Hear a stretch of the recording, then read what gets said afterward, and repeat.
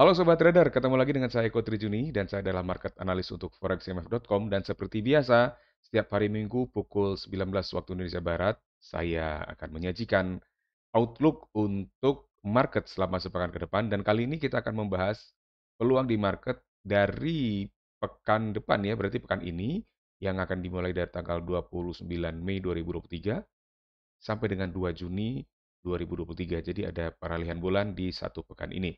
Oke, kita akan mulai dulu dari outlook secara fundamental. Oke.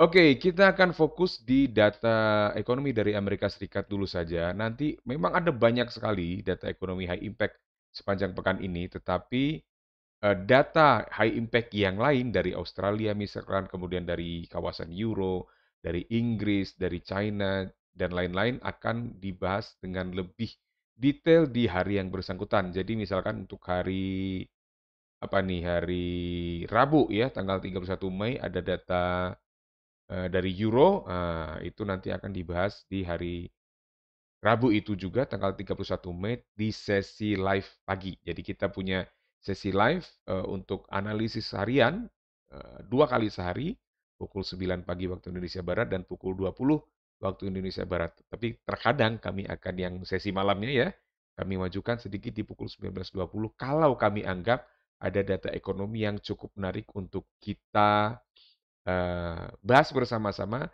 di waktu data tersebut diumumkan untuk mencari peluangnya. Oke, kita bahas dari data Amerika Serikat di hari Senin, tanggal 30 Mei 2023. Ada data CB Consumer Confidence untuk bulan Mei yang diperkirakan akan turun dari 101,3 menjadi 99. Ini di tanggal tersebut kemungkinan akan, kalau benar ya, actualnya misalkan lebih rendah daripada perkiraan, ada kemungkinan US dollarnya akan melemah. Perhatikan di tanggal tersebut. Kemudian di hari Selasa, ya hari Selasa itu tadi consumer confidence, bukan hari Rabu, hari Selasa tanggal 30 Mei. Kemudian di hari Rabunya tanggal 31 Mei, Rabu tanggal 31 Mei 2023, ada data jobs openings untuk bulan April dari Amerika Serikat juga, pukul 21 waktu Indonesia Barat juga, sama. Dan diperkirakan dari 9,59 diperkirakan naik menjadi 9,775 juta. Nah, data job openings ini juga sering diperhatikan oleh market untuk kira-kira eh, secara kasar ya memperkirakan nanti data US non-farm payrolls yang akan dirilis di awal bulan akan seperti apa. Ya, kita akan cek nanti. Kemudian di hari Kamis seperti biasa Sobat Trader, pukul 19.30 ada initial jobless claims, tapi ada data yang lebih menarik sebelumnya. Pukul 19 lebih 15 yaitu data ADP Non-Farm Employment Change atau yang juga dikenal dengan nama ADP Non-Farm Payrolls dari Amerika Serikat. Dan data ini adalah biasanya adalah data dalam tanda kutip data pendahuluan.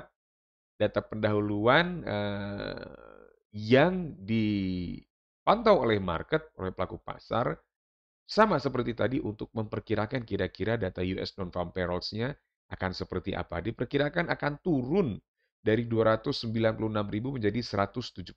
Ini negatif untuk US dollar. Kemudian setelah itu 15 menit kemudian akan dirilis data initial jobless claims. Ini klaim pengangguran. Setiap minggu akan dirilis setiap hari Kamis. Dari 229.000 menjadi 235.000 dan ini juga jelek. Karena klaim penganggurannya juga meningkat untuk pekan tersebut. Dan ini juga jadi kombinasi antara dua data ini, dua-duanya perkiraannya memburuk, ada kemungkinan nanti di hari Kamis, biasanya EDP ini di hari Rabu. Tetapi kali ini somehow dia dirilis di hari Kamis. Saya juga tidak mengerti kenapa. Nah, tapi kombinasi dua data ini jika benar, EDP-nya makin jelek, initial jobless claims-nya juga makin jelek, ada kemungkinan ini akan berdampak kepada pelemahan kembali US dollar.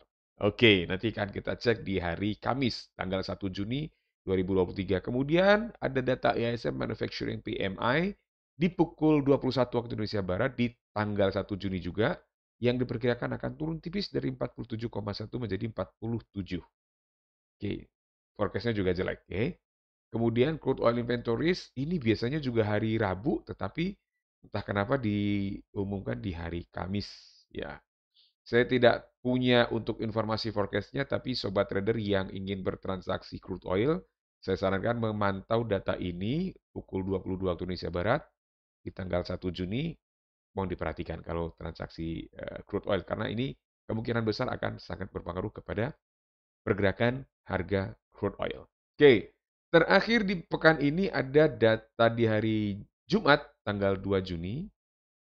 Untuk sementara ini masih ada 3 data high impact di hari Jumat dari Amerika Serikat berdasarkan kalender yang kami sadur dari investing.com, yaitu dari pukul 19, tiga-tiganya pukul 19.30.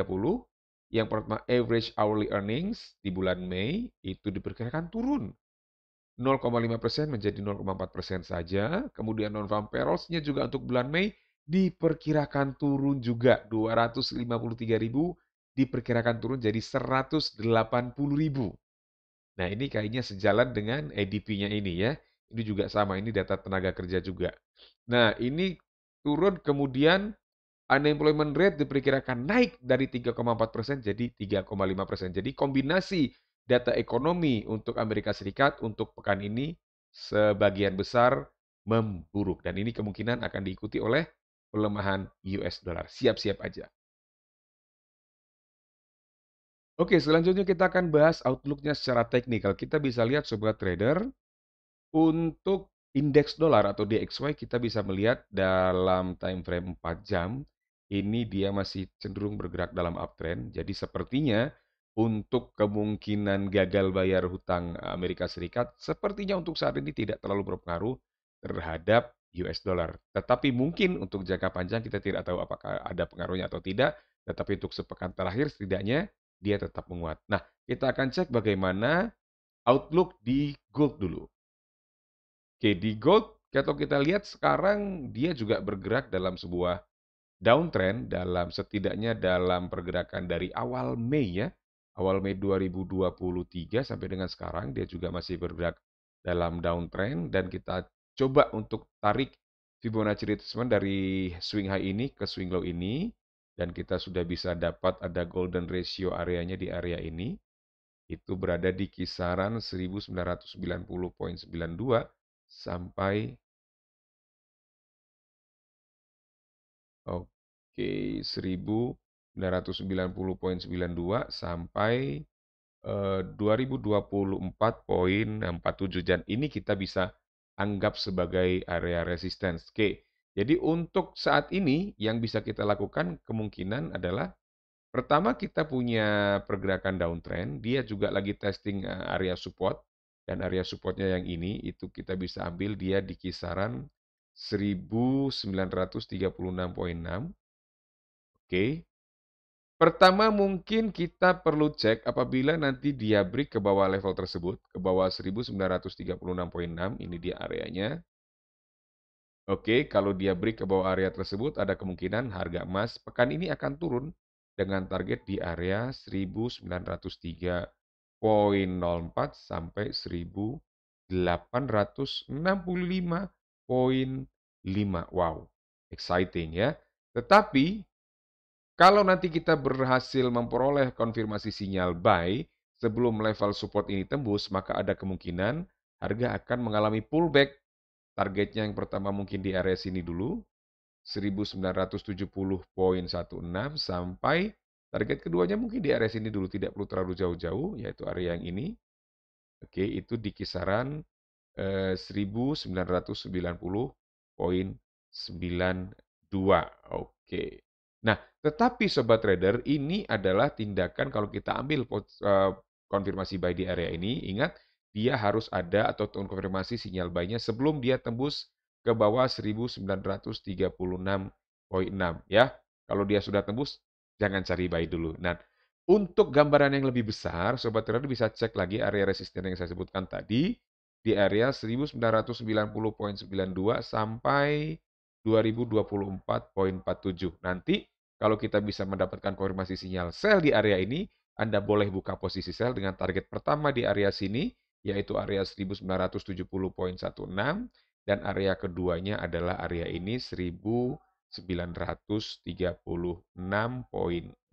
Oke. Next, kita lanjutkan ke crude oil di time frame 4. Nah, kalau Sobat Trader ingat outlook kita di pekan lalu, kita punya area acuan sell itu di 68.81.73.8, resisten kritisnya 73.8, dan resisten kuncinya 76.89. Dia sempat breaking atau testing area resisten kritisnya, tetapi belum sepenuhnya bisa break ke atas dan resisten kunci 76.89 ini belum break. Jadi, untuk saat ini saya akan modifikasi sedikit untuk area acuan kita. Jadi di area sini Sobat Trader, oke, saya akan ambil area acuan kita itu untuk sementara itu ada di area sini. Itu adalah, ini saya akan modify, itu berada di area sekarang dia di area 70.35. Oke, sampai 73.8. Oke, itu area kita sekarang. Oke, di mana area 73.8 masih tetap menjadi area resistance kritisnya. Dan yang perlu kita lakukan untuk sepanjang pekan ini adalah mungkin bisa mencari konfirmasi sinyal sell, maaf, sinyal sell di area 73.35 sampai 73.8. Targetnya sudah ada, target pertama di 68.81 masih sama, target kedua di 66.9, target ketiganya di 63.81. Tapi saya sarankan perhatikan untuk area resistance kunci kita di 76.89. Kalau dia break ke atas area tersebut, maka ada kemungkinan harga akan bergerak naik. Nah, ini agak ekstrim nih pergerakan naiknya sepanjang sepekan ke depan. Mungkin akan bergerak hingga area 84.97. That is very possible, oke? Okay? Jadi saya sarankan bagi Anda seller, perhatikan area resistance kunci di 76.89. Kalau dia break ke atas area tersebut, tidak lagi direkomendasikan untuk mempertahankan posisi sell di crude oil Anda. Oke? Oke, lanjut kita ke Euro USD. Nah, Euro USD untuk minggu lalu kita punya area resisten di sini. Kita kemarin berharap dia akan pullback ke sana untuk kita cari konfirmasi sinyal sell-nya di sana, tapi kemudian ternyata tidak dapat. Yang terjadi adalah dia menembus support kunci di 1.07592 dan berhasil turun walaupun belum mencapai targetnya. Oke, sekarang kita akan assess ulang ya. Untuk area support resistennya akan berubah pasti, karena swing kita juga sudah berubah. Sorry, kita akan cek lagi, kita ulang bagaimana kira-kira kita akan melakukan assessment-nya. Oke, untuk swing-nya ini saya bisa cek dulu ya. Oke, jadi untuk swing-nya, untuk saya cek dulu. Ini agak sedikit tipis ya untuk sepanjang pekan ke depan. Jadi ini memang dia bergerak dalam downtrend kalau kita lihat dari time frame 4 jam. Tetapi kalau kita lihat pergerakan-pergerakannya ini swing-nya sudah asik. Jadi ini ada pergerakan kayak gini. Ini satu pergerakan kedua, 3, 4, 5, 6. Dan kita bisa melihat kita punya ada swing low juga di sini karena dia sudah menjadi seperti ini. Dengan demikian saya akan pakai, dan ini agak sedikit tipis sebenarnya untuk proyeksi sepekan ke depan. Untuk euronya kita tidak tahu persisnya nanti seperti apa. Kita ambil swingnya yang ini aja Sobat Trader. Oke, itu sudah cukup menjadi swing. Oke, ini kita pindahkan sedikit. Oke, ini berarti ini kita pindahkan ke sini dia. Dia berada di area ini sampai area ini, oke. Kemudian support kuncinya sekarang yang ini. Area acuannya sekarang yang ini. Resisten kritis yang ini. Dan resisten kuncinya untuk sepanjang pekan ini adalah yang ini. Oke, kita akan zoom. Oke, nice. Oke, rapiin dikit. Zoom sekali lagi mungkin masih bisa. Oke, nice. Oke, kita punya resisten kritis dan resisten kunci di sini. Untuk resisten yang kita bisa jadikan acuan konfirmasi sinyal sell juga sudah ada, support kunci juga sudah ada. Tinggal kita modifikasi angkanya. Untuk area resisten acuannya adalah 1.07539 untuk saat ini sampai 1.0964. Oke. Dan untuk resisten kuncinya, kritis dulu, resisten kritisnya sekarang ada di area 1.08013, sementara resisten kunci kita untuk pekan ini, sementara di sini dulu. 1.08305. Oke. Support kuncinya di 1.07066. Oke. Agak tipis ya Sobat Trader, jadi pergerakannya mungkin mirip-mirip dengan range intraday sebenarnya. Tetapi ya swing adalah swing dan itu yang kita peroleh saat ini. Nice, kemudian kalau kita cek, dia sudah sempat sebenarnya testing ke area resisten ini dan dia sudah bounce back lagi ke bawah. Jadi mungkin yang kita perlu perhatikan, memang kalau nanti dia balik lagi ke area 1.07539 sampai 1.0968640, boleh kita coba nanti cari konfirmasi sinyal sell lagi.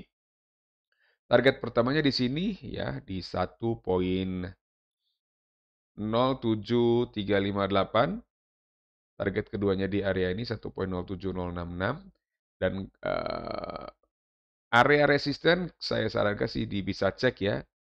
Kalau Anda mau yang hemat-hemat saja, area resisten kritis ini bisa dipakai untuk acuan stop loss. Kalau mau lebih yakin lagi, resisten kunci ini bisa dijadikan acuan karena ini kita agak panjang nanti outlook-nya ya semingguan.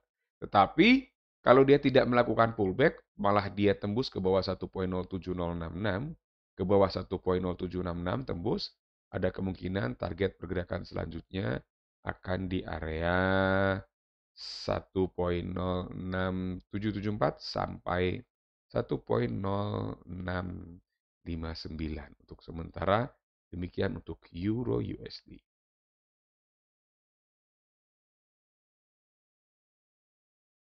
Oke, lanjut ke GBP USD. Sama ya, GBP USD kita punya, dia pekan lalu kita mengharapkan dia pullback ke area ini supaya kita bisa cari konfirmasi sinyal sell-nya. Tetapi tidak terjadi, yang terjadi adalah justru penembusan ke bawah support kunci. Support kunci ini ada di 1.23907. Tadinya dia support, sekarang dia sudah menjadi resistance. Dan kita bisa cek, nyampe sih target pertama, dia bounce ke atas, tidak berhasil tembus ke atas area ini. Artinya untuk GBP USD saat ini dia masih cenderung bergerak dalam downtrend. Dan untuk Fibonacci retracement-nya ini akan saya modify karena saya kemudian menemukan ada swing low di sini dan swing high-nya itu wait satu. Ya, bisa di sini. Masih tipis juga sama, mirip seperti Euro USD tadi, tapi mari kita cek bareng-bareng. Oke, ini ya di sini dia area acuannya, kemudian ketemu di sini. Oke, itu kira-kira di area, kita zoom sedikit kali ya. Kita pindah-pindahin dulu. Oke, biar nggak ngetik terlalu banyak. Oke, sekali lagi. Oke, masih bisa. Ya, sini dikit, sini dikit, zoom. Oke, jadi area acuan sel kita, dia sudah nyampe sih. Tapi nggak apa-apa, kalau dia balik lagi ke situ, kita bisa cari lagi. Itu area 1.23744 sampai 1.25688. Oke. Nah, kemudian kita punya resisten kritisnya itu di sini. Itu area 1.24415. Oke. Kemudian area resisten kuncinya itu di sini. Itu kisaran 1.24829. Oke, itu yang terjadi ya. Nah, nanti Sobat Trader, kalau dia berhasil pullback lagi ke area ini, ya 1.23744 nih, 1.23744 sampai 1.25688. Kok 25688? Salah. 23744 sampai 1.24158. Oke, situ dia. Anda bisa coba untuk cari konfirmasi sinyal sell lagi. Target pertamanya di sini dulu. Oke, target pertamanya itu